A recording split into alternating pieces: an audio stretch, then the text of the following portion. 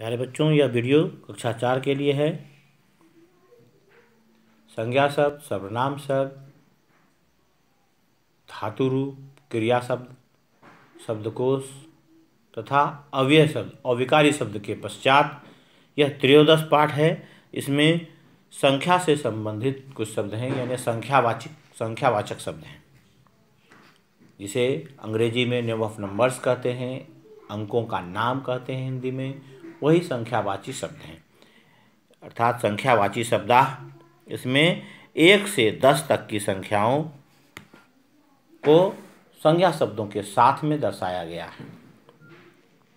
संस्कृत भाषा में 1 से 4 तक जो भी संख्या का प्रयोग किया जाता है वह तीनों लिंगों में अलग अलग होता है, परंतु 4 के बाद यानी 5 से आगे की जितनी भी संख्याएं हैं सब तीनों लिंगों में समान होती हैं। यानी 5 से आगे जो भी शब्द होते हैं संख्यावाची शब्द वह समान होते हैं। यानी जैसे कहें कि 5 को कहते हैं पंच, पंच बालका, पंच बालिका, पंच पत्राणी।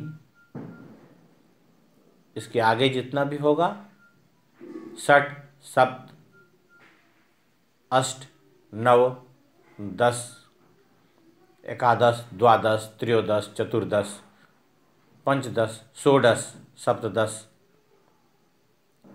अष्टादश, एकोनविंशति, विंशति, इस प्रकार से जितने भी शब्द हैं वह तीनों लिंगों में समान होते हैं। इस पाठ में जो शब्द प्रयोग में लाए गए हैं वे शब्द तीनों लिंगों में 1 से 4 तक इस प्रकार हैं। पुल्लिंग के लिए जिस शब्द का प्रयोग किया जाता है उसमें विसर्ग लगा होता है, स्त्रीलिंग के शब्द में आ की मात्रा होती है, और नपुंसक लिंग में अम की मात्रा होती है एक वचन में, वह उस अनुसार से है। जैसे और इसे विशेषण का रूप भी कहते हैं, या यह संख्यावाचक विशेषण के रूप में आता है। तो यानी जो विभक्ति कर्ता में लगी होगी उसी अनुसार से वह उस संख्यावाची विशेषण में लगा होगा।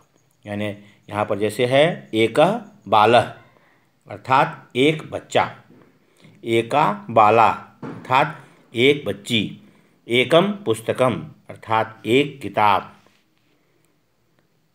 यह तो हो गया एक का, यानी एकः, एका, एकम, एकः बालः, एका बाला, एकम पुस्तकम। इसके बाद है दो का। दो को पुल्लिंग में द्वौ कहते हैं, स्त्रीलिंग में द्वे कहते हैं, और नपुंसक लिंग में भी द्वे कहते हैं। यहाँ पर हस्तों के साथ दो लगा है तो हुआ द्वौ हस्तौ अर्थात 2 हाथ, द्वे माले, 2 मालाएं, द्वे नेत्रे, 2 आँखें। इसके बाद है 3। 3 को पुल्लिंग में त्रयः कहते हैं, स्त्रीलिंग में तीसरः कहते हैं, और नपुंसक लिंग में त्रीणि कहते हैं। तो त्रयः पुरुषाः अर्थात 3 पुरुष, तीसरः महिलाः, तीसरः महिलाः अर्थात 3 महिलाएं, और त्रीणि पुष्पाणि अर्थात 3 फूल।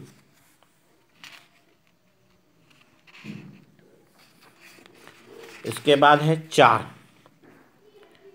पुल्लिंग में 4 का चत्वारः होता है, स्त्रीलिंग में चत्सरः होता है, और नपुंसक लिंग में चत्वारि होता है। तो चत्वारः सिंहाः अर्थात 4 सिंह, चत्सरः अजाः अर्थात 4 बकरियां, और चत्वारि पत्राणि अर्थात 4 पत्ते। यह इसके पश्चात जो भी है 5 से आगे के जितने भी शब्द हैं वह तीनों लिंगों में समान होते हैं, चाहे वह स्त्रीलिंग हो, पुल्लिंग हो अर्थात नपुंसक लिंग हो। जैसे 5 को कहते हैं पंच, पंच बालिका अर्थात 5 लड़कियां, पंच अश्वाः 5 घोड़े, षट अश्वाः 6 घोड़े, सप्त अश्वाः 7 घोड़े। इस अनुसार से हम लोग बालिका का भी संख्या कह सकते हैं, षट बालिका 6 लड़कियाँ, सप्त बालिका 7 लड़कियाँ, अष्ट बालिका 8 लड़कियाँ, इस प्रकार से हम लोग कर सकते हैं। तो आगे फूल के लिए है, अष्टपुष्पाणि 8 फूल, पंचपुष्पाणि 5 फूल, सप्तपुष्पाणि 7 फूल, इस प्रकार से हम लोग उन सारे शब्दों का प्रयोग कर सकते हैं। फिर कहेंगे, यहाँ पर दिया हुआ है, नवफलानि 9 फल, अष्टफलानि 8 फल, सप्तफलानि 7 फल, षटफलानि 6 फल, पंचफलानि 5 फल। तो कहने का अर्थ है कि पुल्लिंग हो, स्त्रीलिंग हो अथवा नपुंसकलिंग हो, किसी में भी वह तीनों लिंगों में समान होगा। तो ऐसे यह भी कर सकते हैं, नव बालका 9 लड़के, नव बालिका 9 लड़कियां, नव फलानी 9 फल, 10 लता 10 लताएं, 10 बालका 10 लड़के, 10 पुष्पाणि 10 फूल, इस प्रकार से हम लोग कह सकते हैं। तो इन शब्दों के साथ इनके अर्थों को बोलकर पढ़ें और इन्हें याद करें। पर अर्थ के साथ में दिया हुआ है, इसे बोलकर पढ़ें और याद करें। एकह, एका, एका का भी होता है एक। एकह मतलब एक पुल्लिंग के लिए, एका मतलब एक स्त्रीलिंग के लिए, एकम मतलब एक नपुंसक लिंग के लिए, त्रयः मतलब 3 पुल्लिंग के लिए, तीसरा मतलब भी 3 स्त्रीलिंग के लिए, त्रीणी मतलब भी 3 नपुंसक लिंग के लिए, लता मतलब बेल कहते हैं, बेलें, लता बेल, चत्वारः 4 पुल्लिंग के लिए, चत्सरः 4 स्त्रीलिंग के लिए और चत्वारी 4 नपुंसक लिंग के लिए।